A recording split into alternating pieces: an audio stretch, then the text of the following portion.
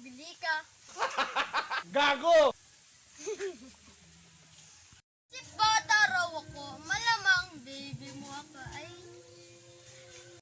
Uy, malachot kami sa bahay, baka gusto mo ako.